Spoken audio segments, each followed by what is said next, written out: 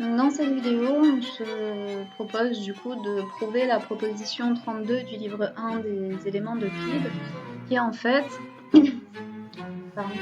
la preuve que la somme des angles dans un triangle quelconque vaut 180 degrés.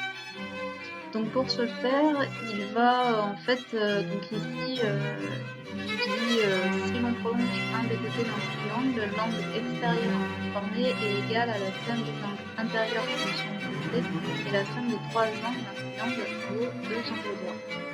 Donc voilà, donc en fait il va prouver deux choses, c'est que la somme des angles intérieurs qui sont opposés d'un triangle, l'angle qui va être formé va être égal à cette somme-là. Et en ajoutant le troisième angle ici, par exemple le bleu, on va trouver que ça forme l'angle d'une droite.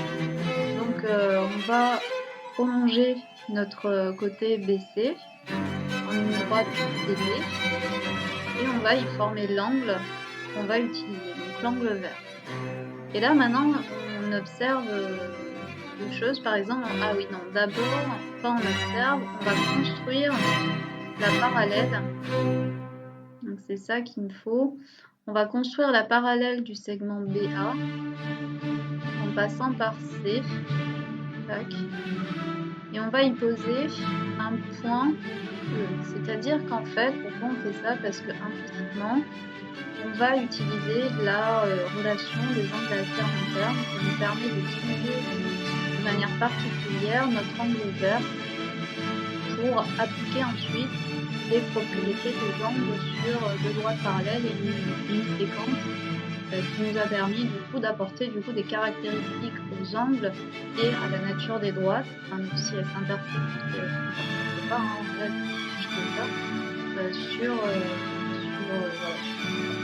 Donc on va utiliser ces caractéristiques à premier abord, donc on voit que AB et EC du coup sont parallèles et que AC du coup est cette séquence qui traverse nos deux droites parallèles. Donc on remarque ici l'angle, les angles donc BAC sont égaux, et l'angle pardon, si je vais y arriver, donc l'angle BAC est égal à l'angle ACE parce que ce sont des angles alternes, et enfin que les angles CBA est égal à l'angle DCE sont égaux parce que ce sont des angles correspondants.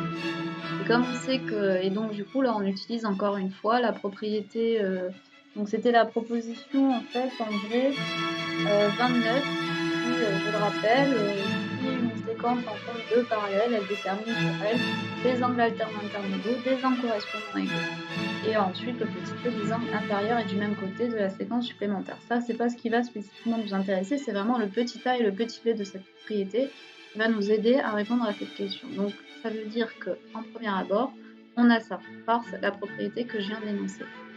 Mais surtout, ça veut dire que l'angle ECA plus ECD, au final, est égal à l'angle vert.